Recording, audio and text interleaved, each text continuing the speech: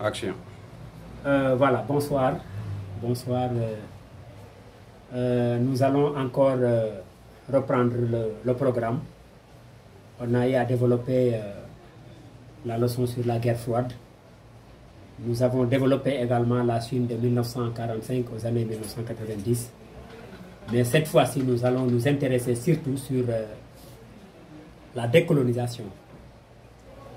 Alors donc, on va mettre l'accent sur la décolonisation. Une partie également du programme de terminal qui est très fondamentale. Et pour comprendre la décolonisation, il nous faut passer d'abord par cet ouvrage Marc Missel. Marc Missel a présenté un ouvrage intitulé Décolonisation et affirmation du tiers-monde. Et dans cet ouvrage, Marc Missel dit: nous ne pouvons pas comprendre la colonisation, la décolonisation, excusez-moi, tant que nous ne prenions pas en compte la colonisation. Ce que l'élève doit comprendre, la colonisation va de pair avec la décolonisation. Alors donc nous allons d'abord nous intéresser sur les aspects, n'est-ce pas, donc des bouleversements engendrés par la colonisation. Alors donc je commencerai d'abord par définir la colonisation elle-même. La colonisation est une entreprise d'expansion et de domination politique, économique, culturelle d'un État fort sur un État faible. Alors, et si nous intéressons la colonisation, elle nous révèle de multiples aspects négatifs. Nous avons d'abord, premièrement, le travail forcé, on le verra beaucoup plus tard. Nous avons également ce qu'on appelle le paiement arbitraire de l'impôt. Nous allons d'abord étudier, nous allons voir d'abord ce qu'on appelle le paiement arbitraire de l'impôt. Quand les Européens sont arrivés chez nous, ils ont considéré que tout Africain doit payer l'impôt. Tout Africain doit participer à la mise en valeur, n'est-ce pas, donc des colonies. Et on avait responsabilisé ce qu'on appelle les chefs de canton. Et les chefs de canton, ce sont eux qui venaient recenser et percevoir, n'est-ce pas, donc l'argent. Et quand ils arrivaient chez nous, quand ils arrivaient dans une maison par exemple, ils vont comptabiliser les membres de la famille qui devaient payer l'impôt. Et quelquefois même, ils comptabilisaient les enfants qui ne sont pas encore sortis du ventre de leur maman. On dit que cet enfant doit payer l'impôt. Alors donc c'est pourquoi donc ils comptabilisaient, mais par malchance, si vous n'avez pas pu avoir la possibilité, n'est-ce pas, donc de payer l'impôt, le chef de canton va venir se présenter chez vous. On convoque le père de famille. On lui demande d'enlever le grand boubou. Il enlève le grand boubou. Il enlève le pantalon, ou bien si c'est un tchaya, il l'enlève. On lui laissait avec une petite culotte qu'on appelait à l'époque le tchakwal. Alors on demandait au père de famille d'aller se coucher sous le soleil de midi à 15 heures. Et le chef de canton était là avec sa chaise, assis. Lorsqu'il est 15 heures, il vous convoque. Ils vont vous convoquer.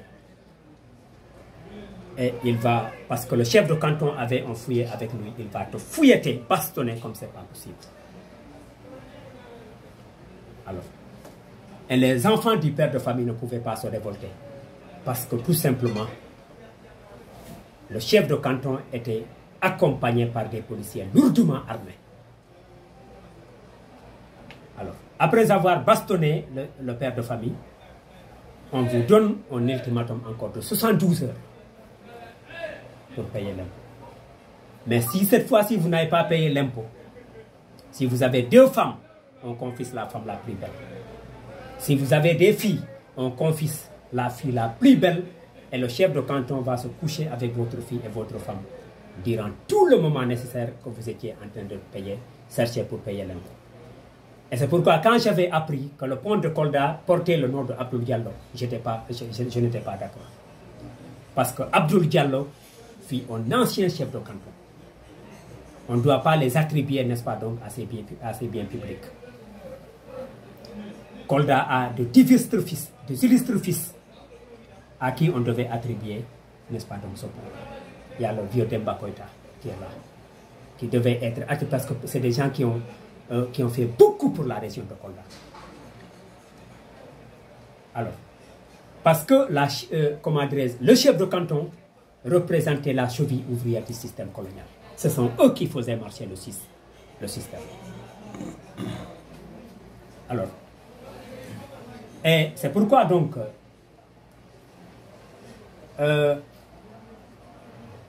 surtout dans le Sédhiou, les archives coloniales ont montré, surtout dans le Sédhiou, que beaucoup de pères de famille étaient obligés de voler les bijoux de leurs femmes pour aller, n'est-ce pas, donc, n'est-ce pas, donc, les revendre pour payer l'impôt. Et si vous n'avez pas la possibilité de payer, vous êtes obligé, n'est-ce pas, donc, de s'exiler. C'est pourquoi ces gens-là vont aller en Guinée ou bien en Gambie, dans les pays frontaliers, n'est-ce pas, donc, pour échapper à la persécution, n'est-ce pas, donc, au canton. Donc c'est ça qu'on appelle, premièrement, le premier aspect, n'est-ce pas, donc, qui va conduire à la révolte. L'autre aspect, c'est le travail forcé. Le travail forcé qui était là. Et quand vous prenez le chemin de fer, Dakar-Niger, et Ousmane Sembène l'a rappelé d'ailleurs dans les bouts de bois de Dieu, Ousmane Sembène. Quand vous prenez, n'est-ce pas, donc, le trajet qui mène de Congo-Brazzaville à Dakar, par exemple, chaque kilomètre, vous allez trouver 12 Africains qui sont enterrés. Chaque kilomètre, 12 Africains sont enterrés. Alors, donc, c'est pourquoi, c'est ce qui a d'ailleurs occasionné, n'est-ce pas, donc, la prise de conscience. Mais depuis lors, les gens n'ont pas voulu, n'est-ce pas, donc, contester.